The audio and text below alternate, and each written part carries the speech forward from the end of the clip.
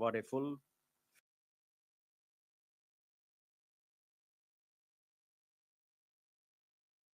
Federal Minister of Foreign Affairs of the Federal Republic of Germany, and Honorable External Affairs Minister of India, Dr. S. Jaishankar.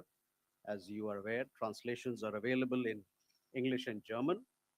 With that, first I invite Honorable External Affairs Minister of India, Dr. S. Jaishankar, to make his opening remarks to the media. So the floor is yours. Colleagues, friends from the media, we have just completed a very productive discussion on India-Germany cooperation, on our relationship with the European Union, and we have exchanged views on regional, global, and multilateral issues. Now, before I come to those subjects, let me again first publicly welcome my friend, Foreign Minister Dr. Johann Wadephul, who is here for the first time in his current capacity. I had the honor of being his guest this May, and between May and now, we have actually been regularly in touch in this intervening period. Now, I first got to know him when we met at the Munich Security Conference, which was well before he became foreign minister. And I must say, even then, I was impressed by his commitment to advancing the India-Germany strategic partnership. I'm very confident that that enthusiasm will now be applied by him fully in his new role. During the day today, we've had detailed discussions on various aspects of our ties. This includes our political cooperation, security and defense, economic relations, research and future technologies, climate and energy, as well as education, skilling, mobility, and people-to-people exchanges. So let me share with you some key points which came out of today's discussion. One, we greatly value the understanding that Germany has shown with regard to India's fight against terrorism. Minister Wadephul has himself been explicit about our right to defend our people against terrorist attacks.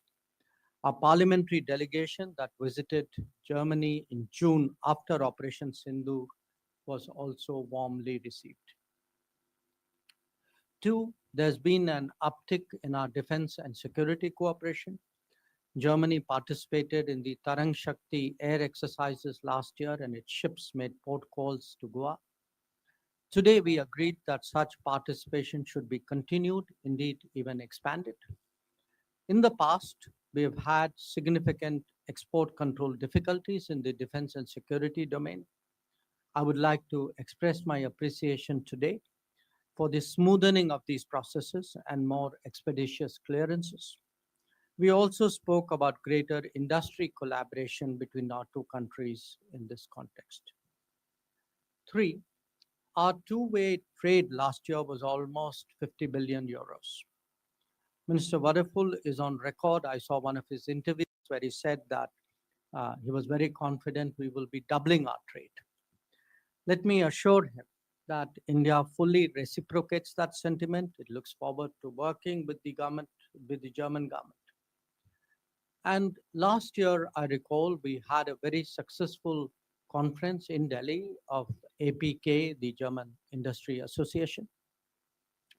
And I want to reiterate that we remain fully committed to continuously improving the ease of doing business in this country. And I assured the minister today that any concerns that German companies may have in India, coming to India, establishing themselves, working here, we would be prepared to give it special attention. In the semiconductor manufacturing area, that has actually emerged as a particularly promising domain. We welcome German investments and GCCs. Indian talent can make a significant contribution to Germany's own expanding capabilities here. And I must say that the model of talent preparation and flow that Germany has evolved has been particularly effective. I would really commend our German colleagues for that. And we hope to see that scale up further.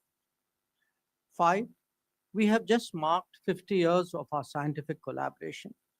Intensifying that and linking it to industry is the task that we have set for ourselves. Our cyber and digital dialogues are also important. Minister Wadephul visited the Indian Institute of Science in Bengaluru and also ISRO. And I'm very glad he did, because I think space cooperation has a lot of potential, and we again today agreed that it should be more aggressively explored. 6, on climate and energy, we have been working for the last few years on what's called the Green and Sustainable Development Partnership. Now, some of you would be aware that projects under this have included the Nagpur Metro Rail, green energy corridors in 5 states, and the integrated water transport project in Kochi. Our discussions today also covered green hydrogen, green energy financing, and biofuels. 7, we have seen good progress in education and mobility. I believe that the largest number of foreign students in Germany are now from India. On my last 2 visits to that country, I heard praise for our community's contribution from across the political spectrum in Germany. The skilled labor strategy released by the German government offers a very good framework for mutual benefit. We have also agreed on gratis visas for short-term school and college visits to further promote student exchanges. And 8, on consular issues, I should mention that I raised the issue of Ariha Shah, an Indian child who's been in foster care of German authorities for some time. I underlined to the minister that it is essential that her cultural rights are ensured and she grows up in Indian surroundings. So this matter needs to be resolved without further delay, and I think we've had some discussions today on that subject. Needless to say, we also did a review of the global situation, of regional issues, of multilateral. It included the Ukraine conflict, West Asia, Middle East, and the Indo-Pacific. These were very, very useful, and I must say I really appreciated Minister Wadephul's insights on many of these subjects. So let me conclude by stressing today that we see the world facing the twin challenges of economic volatility and political uncertainty. We believe that a multipolar world with strategic autonomy can best respond through more intensive consultations and cooperation among key member states. It is in that spirit that I welcomed Minister Wadephul and his delegation today, and I must again thank him for a very open, constructive, and positive approach to intensifying our strategic partnership. Thank you. Thank you, sir. May I now invite His Excellency Dr. Johann Wadephul, Federal Minister of Foreign Affairs of the Federal Republic of Germany, to give his remarks to the media. Herzlichen Dank, meine sehr verehrten Damen und Herren, lieber Herr Kollege, lieber Chai. Vielen herzlichen Dank. Thank you very much for this very cordial welcome with which you've greeted me. It was a pleasure for me to come here. We've actually met in a very short period of time for the third time. And that is a sign of the close friendship we've been able to set up. Reliability, friendship, predictability are in times like these, in times of uncertainty, in times where we witness wars and conflicts, are of invaluable value in these times. And I personally acknowledge and consider it a strong signal of friendship and cooperation of both our countries, that we can engage in this spirit of trust and friendship, and that we can look back on a 25-year period of strategic cooperation between both our countries, and that we've been able to expand it at the personal level. I share your analysis completely, 100%, that this partnerships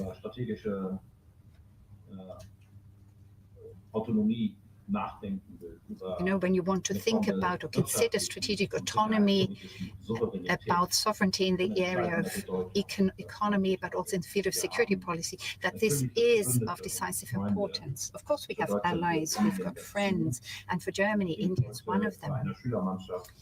I had the pleasure today of, you know, play hockey for a few minutes with a team of pupils. I wasn't very successful, though, I hasten to add, but it is a team sport, you know, and I would like to make that point. And I believe that India and Germany are playing in the same team. And that is something that I welcome and think is good in these uncertain and turbulent times. And this is reflected in the fact that we look back on 50 years of science cooperation and 60 years since we signed the bilateral cultural agreement. And it is reflected in so many other areas. We have the biannual intergovernmental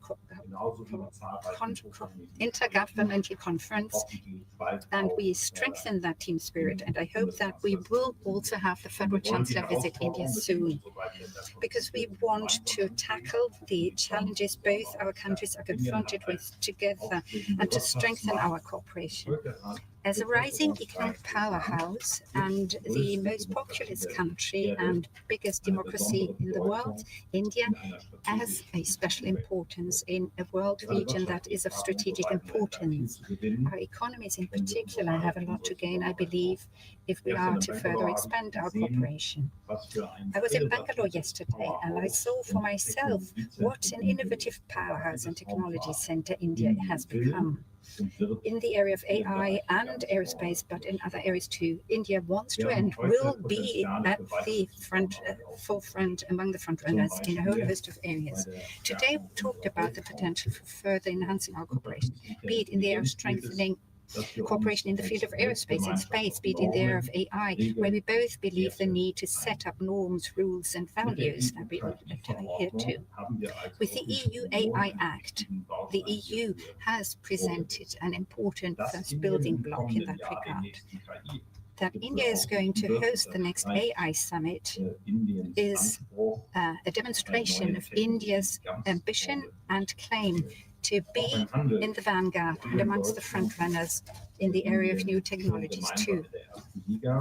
With regard to bilateral trade, India and Germany are already playing in the Premier League. Germany, with a little under 31 billion euros of trade, has India as its most important trading partner. As I said to my colleague, we aim to double that. And I'm pleased to see that India takes a similarly positive and optimistic view of the chances for that. And this is why Germany strongly supports the EU-India Free Trade Agreement. And we hope that this can be speedily negotiated so that it can be concluded before the end of this year, in autumn this year, and hopefully lead to a ratification process. If others set up impediments to trade, we should respond by us lowering these impediments and hurdles.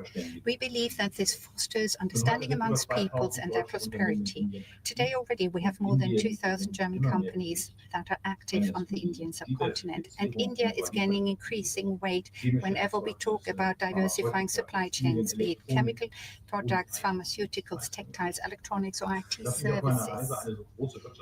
The fact that I have with me a large business delegation is a demonstration of Germany's great interest in India's market.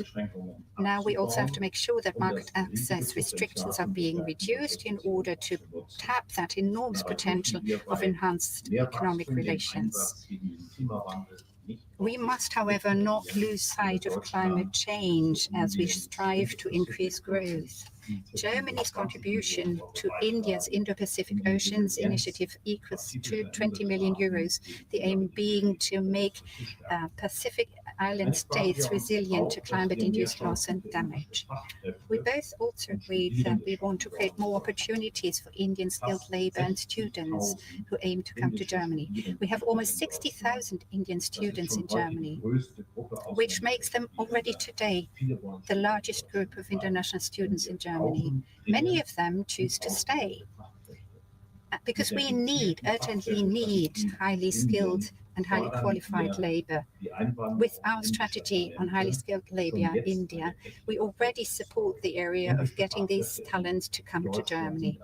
It's already now a genuine success story. Indian skilled workers in Germany are successful in their jobs, earn more than above average income, and show above average integration. They are an asset for the German labor market. Today, the visa center in Bangalore has been issuing already 36,000 visas last year. It is for long-term stays, and the number is increasing. In 2024, almost a third of all student visas globally were issued in India. So as far as that is concerned, we're playing in the Champions League in the visa era. But it is equally true that we want to enhance our performance through digitizing the processes and making them more efficient. In order to expand this success story, though, we have also to improve and enhance the language training on offer. We're working with the Goethe Institute in expanding the infrastructure for German language tuition and language exams, but above all, we want to promote German as a foreign language at the schools in India. Right now, we have 58 partner schools in India, and we aim to increase their number to 1,000 soon. Ladies and gentlemen, but apart from touching on bilateral relations, we also spoke about international challenges. India and Germany are united by the objective to preserve the rules-based international order. And of course, that includes the freedom of maritime trade routes in the Indo-Pacific. China's increasingly aggressive behavior in the Indo-Pacific is cause for concern for both our countries. More generally, we aim to further expand our cooperation in the areas of defense, security, and armaments. And we talked about this today, be that through common exercises of our forces or speeding up the granting of export licenses process. For the Indo-Pacific engagement, last year, German frigate made a port call in India. Germany stands ready to enhance this cooperation. We also talked about the fact that security in the Indo-Pacific is closely linked to security in Europe. For us, Russia's war of aggression, for us in Germany and Europe, Russia's war of aggression is right now and remains right now the biggest challenge to our security policy. The fact that Prime Minister Modi, when he met with President Putin a couple of days ago, also pointed to the need of a speedy peace agreement in Ukraine has been important to us. We Europeans are doing our best, working with our American and Ukrainian friends to ensure that this war ends soon and that Ukraine finds peace as a sovereign state. I know that we don't always see 100% eye to eye with our Indian friends, and this is why I spoke out in favor today that India uses its relations with Russia to point to the need to make peace return to Europe. And I'm grateful for the open discussion we had here today. Peace is the basis for security, freedom, and prosperity. Security, anyway, or generally speaking, is and will remain a challenge for the future. And we're pleased that in the vicinity of India too, a ceasefire has come to apply. I assured you, dear colleague, that when it comes to India defending itself against terrorism, Germany continues to be firmly at your side. I look forward to our next exchange of views, probably on the fringes of the General Assembly of the United Nations, as early as in 3 weeks in New York. So see you again soon. Thank you. Thank you, sir. We now open the floor for some questions. As you ask a question, please do identify yourself and your organization. So we have a question there. Please, Reza.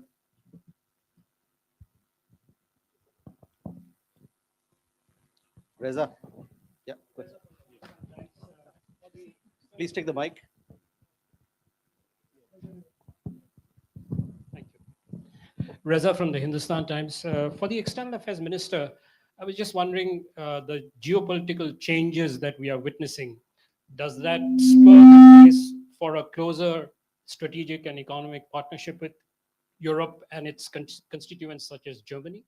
And there are plans for India to work with Germany to bolster its submarine fleet. Did that come up in your conversation? If I may, to the German Foreign Minister, You are here at a time when India and China are rebuilding their relations. And what does Germany think of that process? And given Germany's interest in the Indo-Pacific, do you view China more as a competitor or a rival?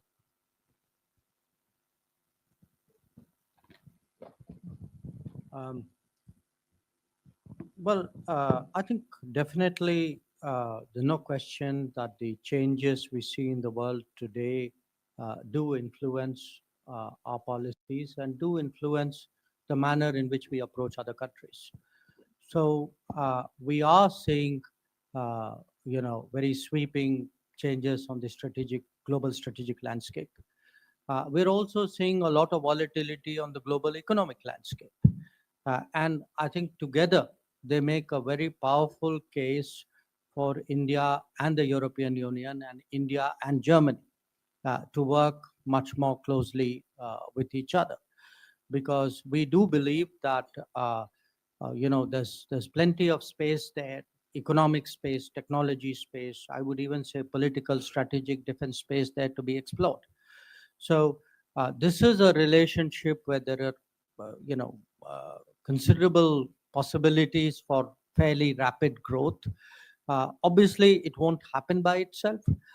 Today, our conversation was mostly devoted to the bilateral part. You mentioned you referred to the submarines. Obviously, that was not something we would discuss in detail. We are the foreign ministers. That's something which is between the defense ministries. But we, for example, discussed, the faster clearances and growing defense trade between India and Germany, which has really gone up quite significantly. We discussed how to increase business, and there it's not just between India and Germany. The minister was good enough to assure me that Germany would put its full weight behind the FTA negotiations with the European Union as well. So bottom line answer is yes. There are big changes underway in the world. Those changes make a very compelling case for a deeper, stronger, wider India-Germany relationship. Ich habe ja schon heute gesagt, dass ich die earlier today that I have a positive view of the development of Indo-Chinese relations, nor was it up to me, nor were I consider myself the person to pass judgment on this. This is a matter that pertains to the respective countries, and they are, of course, free to shape their relations as they desire. But we always welcome when two countries try to improve the understanding between themselves. We agree with India and many other countries that we need to defend the international rules-based order, and that we also have to defend it against China. At least that is our clear analysis. And because you used those words, and you did so correctly, Germany, like the European Union, has a clear position regarding China. For us, China is a partner in some areas. Think of climate protection. It is clear and obvious that we won't be able to address these issues and problems without China. We also view China as a competitor. We compete against China in a number of areas, sectors. Our business does, our economy does. It's generally speaking not a problem, but we place value on having a fair competition and equal rules. But we also see China as a systemic rival. We don't want that rivalry. We increasingly note that the number of areas is increasing where China has chosen this approach, though, and we are sad about that. Therefore, we have to respond in some of these areas, amongst them our areas where we have to defend our markets against China. We're determined to continue to do so. At the same time, we always express our readiness to return to the partnership spirit. You have a question there, Sandra?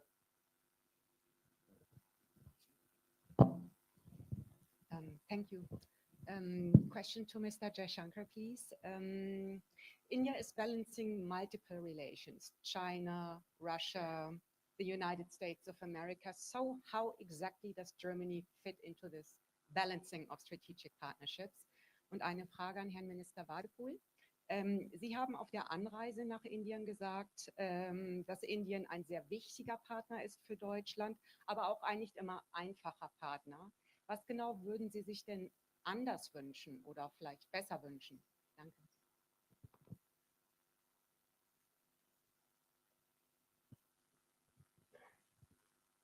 I thought we were quite easy, but he agreed. Look, the fact is today, we have. I'm now speaking from an Indian perspective. We have important strategic relationships with a number of countries, and it's in the nature of global politics or global strategy today that each one of these relationships would be maintained and you would optimize them. So to me, both Germany in itself and Germany as the biggest country of the European Union are obviously central to the calculations and to the relationships that we have in the world. So, I mean, if you look at it by virtually any metric, I mean, whether it is economic, whether it is political, we were, among the other things we didn't get to mention here, except Johann did at the end of his remarks, we are two countries who are also, as part of the G4, trying to change the, trying to bring about a reform of the Security Council and of the UN itself. So, for us, this is an enormously important relationship. This relationship is growing in substance. And I can see at this time of uncertainties that actually it has a greater value. It's a very steady relationship. It is a relationship where largely what we promise to each other and policies that we have remain constant and remain predictable. So, predictability today has a huge premium in global politics. So I do think that, this relationship is actually only growing in its weight and its value. And part of the reason why we have met so regularly, even in the last few months, and spoken to each other is because of that. Ich kann die gleichen Worte.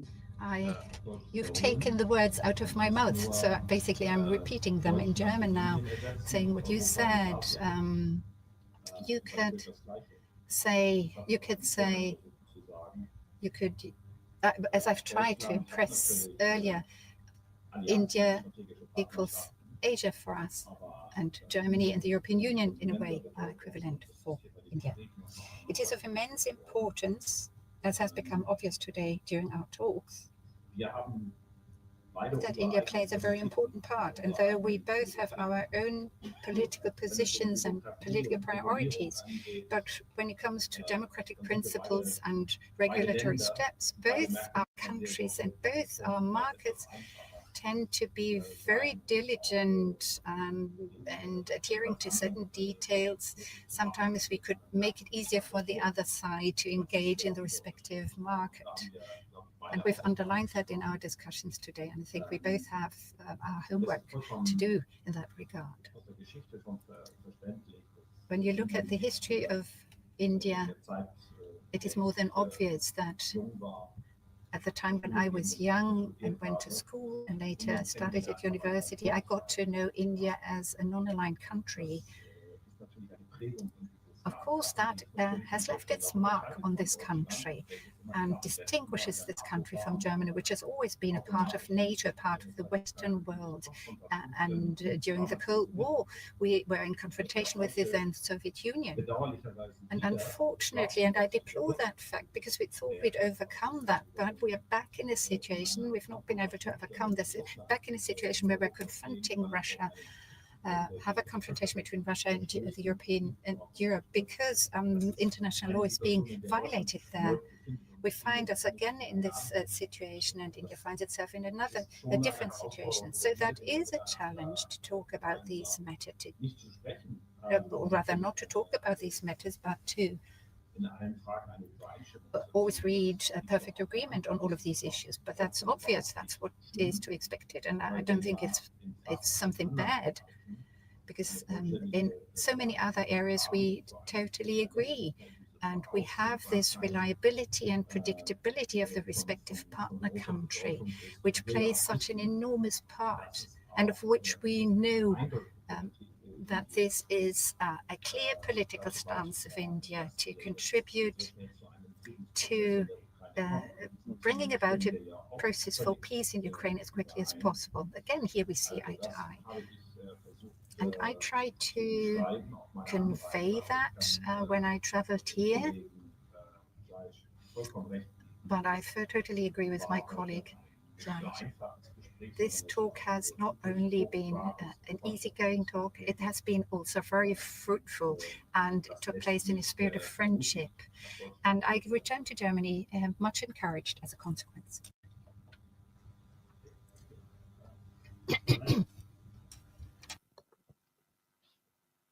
So I have two questions, both to Foreign Minister of Germany and Foreign Minister of India.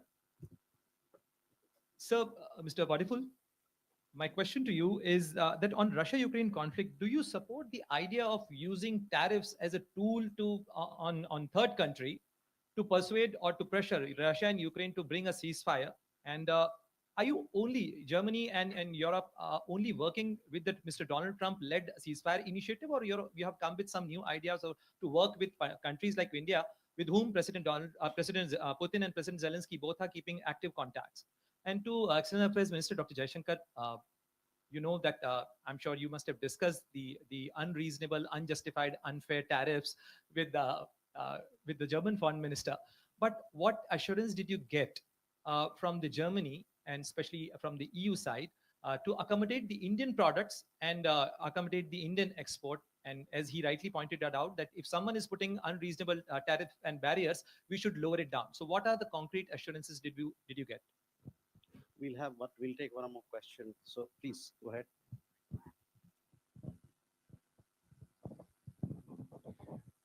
Ja, vielen Dank, Andreas Kühners vom ZDF. Herr Minister Jaishankar. Television. Both ministers, Minister Wadephul said that he had asked you to make use of your good services and offices to impress upon Russia that we need to see peace come about. What was your response? Will you play your part even more will you engage even more, Herr Wadephul? Eine Frage an Sie. Wird die Position Indiens sich ändern, was den Erwerb von russischem Öl anbetrifft? I'm happy to begin. In this conflict, we have right from the outset been pursuing a policy that has the objective of Russia and Ukraine following the path of negotiations. However, what we have noticed of late is that despite the enormous efforts that the American president has invested, Russia has not been willing to sit down at the negotiating table, whereas the Ukrainian President Zelensky, has expressed his immediate readiness to negotiate and sit down at the negotiation table. In a way, it has taken a first step. And we're talking a country that has been attacked without it having done anything to trigger that attack. The only demand is that weapons fall silent, no more than that. And I think that that is a reasonable precondition for people to engage in serious and genuine peace negotiations. As far as that is concerned, that is a clear German approach and European approach, that we want to do whatever we can to make President Putin sit down at the negotiating table. As far as Europe is concerned, this includes sanctions being imposed on Russia. We have not used tariffs, but it was sanctions that we have imposed on Russia, so as to ensure that Russia, which has to fund its war, will be less able to do so. Thus, we took certain steps and measures. There have been several packages of sanctions that we've imposed, amongst them the so-called oil price cap. The purpose being that we want to withdraw the financial basis that Russia has and that enables it to wage this war. But at the same time, it has been of great importance to us to ensure that there are no bottlenecks when it comes to countries supplying itself with the energy they need, and that there are no unreasonable increases in prices. But it is, of course, not the purpose has not been that Russia uses detours but manages to get its oil to us, and we therefore took appropriate measures to prevent that. But the objective of our policies has been to bring about negotiations. So we've been targeted in our approach, targeting our steps to make it more difficult for Russia to fund its warfare. And the quicker we can get the parties to sit down at the negotiation table, the quicker the sooner the moment will come for us to lift these measures or adapt them.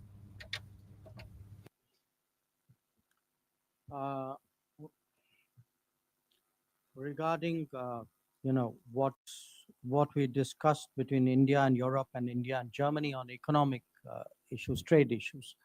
Look, our conversations and our negotiations predate anything which has happened this year. It's something which has been going on for multiple years. And it's in our mutual interest that we lower tariffs and we find other ways of expanding our business and economic cooperation. Obviously, in today's climate, those efforts acquire a greater urgency. I mean, that's quite apparent. But it is an ongoing conversation, and I share the minister's desire, and in a way, I would even say optimism, that we would like now the FTA negotiations. We hope that another round takes place fairly soon. We would like this to move to a decisive conclusion in the coming days, and we believe that this would be in our mutual interest. It will help stabilize the global economy. It will be a big factor there. It will be a kind of one of the elements of a ballast which today the world economy really needs. Thank you, sir. With that, ladies and gentlemen, we come to the close of this press conference. We thank honorable ministers for their participation, and we thank all of you for your presence and participation as well. Thank you very much.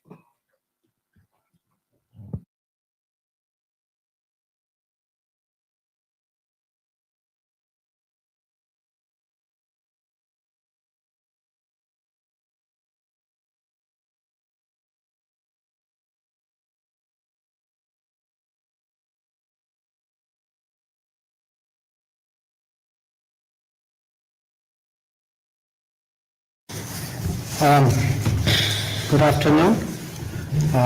Let me. अगर आप भी लेना चाहते हैं देश दुनिया की तमाम जानकारी तो आज ही सब्सक्राइब करें हमारे चैनल को। साथ ही नीचे दिए बेल आइकन को जरूर दबाएं ताकि हर अपडेट आप तक पहुंच सके।